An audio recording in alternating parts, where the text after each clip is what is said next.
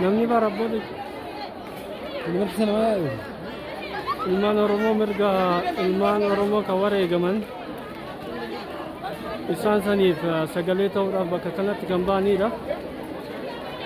Jiraattota magaalaa Sana'aa keessa jiranii haala kanaan yaa'anii sagalee isaanii waajjira UNHCR duratti dhageessisaa jiru jechuudha. Akkam jirtu Oromoo bakka jirtanitti nagaa isiniif hawwa. Egaa har'a akkuma beekamu guyyaa torbaa baatii sadaffaa 2021 ilmaan Oromoo baqattummaadhaan biyya Yemen keessatti argaman, Yemen keessaayis kanneen magaalaa Sana'aa keessatti argaman, kanneen waraqaa ittiin jiraatan hin qabne milishaa yookaan poolisoota Huutiitiin guuramanii immigireeshina biyyattii yookaan immoo jawaazotatti galfamanii turanii, kanneen mallaqa riyaala biyya kanaa 75,000 qaban gara naannoo Adanitti dhiyaatu Saaraa keessatti gannaqaa turanii, obboleewwan keenya immoo kanneen mallaqa san kafalachuu hin danda'in carraa boombii itti darbamanii ibiddaan gubachuu argatanii. Kun hunda keenya Oromoon bakka jirtu biyya keessaayis biyyoota alaatiis bakka jirtanitti dala addunyaa kanarra kan jirtan guutuun keenya akka walii rifanne, akka walii naanee fi hiddi dhiigaa keenya, qomoon keenya nu biraa gubachuu keenya, nutti dhagahamuu keenya argaa jirra karaa miidiyaa fi sooshaal miidiyaa irratti. Isa kanaaf nuti warri qaaman bakka san jirru har'a reeffa keenya awwaalachuu hin dandeenye, madoo keenya wal'aanachuu hin dandeenye. Maaliif kan jedhu qaamni gocha kana raawwate madoos tahee warra lubbuun dabarte kennuu hin barbaadanii jechuudha. Of dhoysuu barbaadanii icciitiin kun akka hin baane barbaadu. Taas garuu rabbiin icciitii isaanii baasee jira. Isaan akka wanti biroo raawwate fakkeessuu barbaadanis rabbi icciitii isaanii baasee jira jechuudha. Har'a ilmaan Oromoo magaalaa Sanaa keessa jiran manguddoon, haawwan, shamarran, qeerroo fi daa'immanis osoo hin hafne dhiiga lammii keenya ammaaf dhangala'a kan jedhu falmachuudhaaf waajjira UNHCR duratti bahanii falmaa jiranii. Akka guyyaa kaleetii Oromoon osoo aduu fi qabbana hin jenne guyyaa guutuu dhaabbachaa oolee halkanis achuma bulee har'a guyyaa lammaffaa isaatis lakkoofsisee jira jechuudha. Kanaaf Oromoon bakka jirru sagalee waliif haa taanu.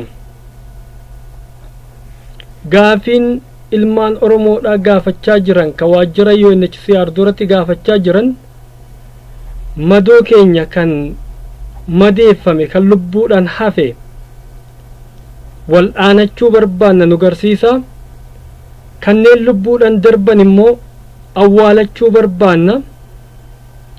Inni biroo addatti baqattoota Itoophiyaa qofarratti maaliif xiyyeeffatame?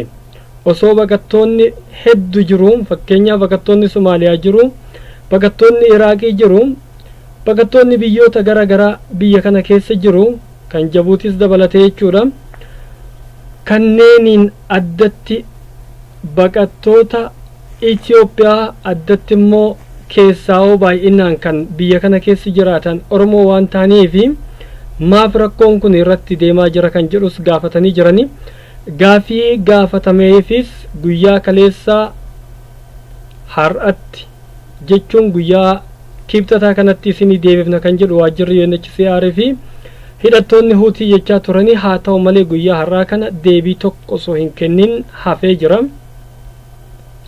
Ilmaan Oromootis bakka sanii hin sochoone hanga madoo keenya wal'aanannutti, du'aa keenya awwaalannutti kan jedhu itti fufanii jiran jechuudha. Oromoon guyyaa har'aa jechuudha Oromoo qofa osoo hin taane sabaa fi sablammoonni biyya keenya Amaaras, Tigrees, ummattoonni kibbaatis hiriiricha irratti argamanii rifaatii akka lammitti lammii walii qabu dhageessisaa oolanii akkasumas irra guddeessi isaanii warroonni du'anis tahee warroonni madaa'an Oromoo yoo tahanis saboonni birootis xiqqaatus keessa akka jirus qabatamaan irra geenne jira jechuudha. Fakkeenyaaf madoo mana yaalaa jiru keessa namni 3 kanneen afaan Tigriffaa dubbatu ta'u hubannee jirra. Isa kanaaf Oromoo bakka jirru sagalee walii taane madoo keenya haa wal'aanannu, reefa keenya haa awwaalannu. Har'a isaan kana borummoo qaama biroo namoota birooti jechuudha. Maaliif har'a warroota isaan biraa lubbuun hafan saaraa keessatti gannaqanii ijoolleen gara deeman wallaalanii gariin isaanii garuma magaalaa itti gubatanitti ol deebi'aa jiranii jechuudha. Kan biyya galuu barbaadanis gara biyya isaanii galuu barbaadanis haalli mijataan waan hin jirreef haalli aanjahee barbaachisaa taanan madoon teenya gara biyyaa galtee har'a ilmaan Oromoo biyya Yemen keessatti magaalaa sanaa qofa osoo hin taane biyyoo naannolee biroo keessattis gubachuus baatan rakkatanii bifoota gara garaatiin rakkoo hammaatu irratti deemaa jira jechuudha.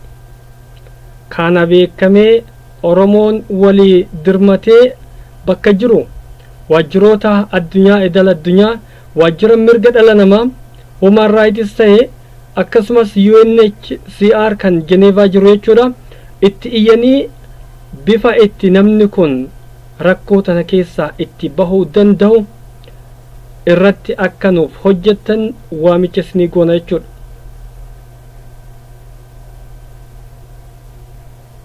Har'a ilmaan Oromoo haawwan daa'imman xixiqqoo umriin isaanii waggaa 2 waggaa 1 waggaa 3 baatanii hiriira bahanii jiranii jechuudha. Rakkoo boru nu mudatu hin beeknu.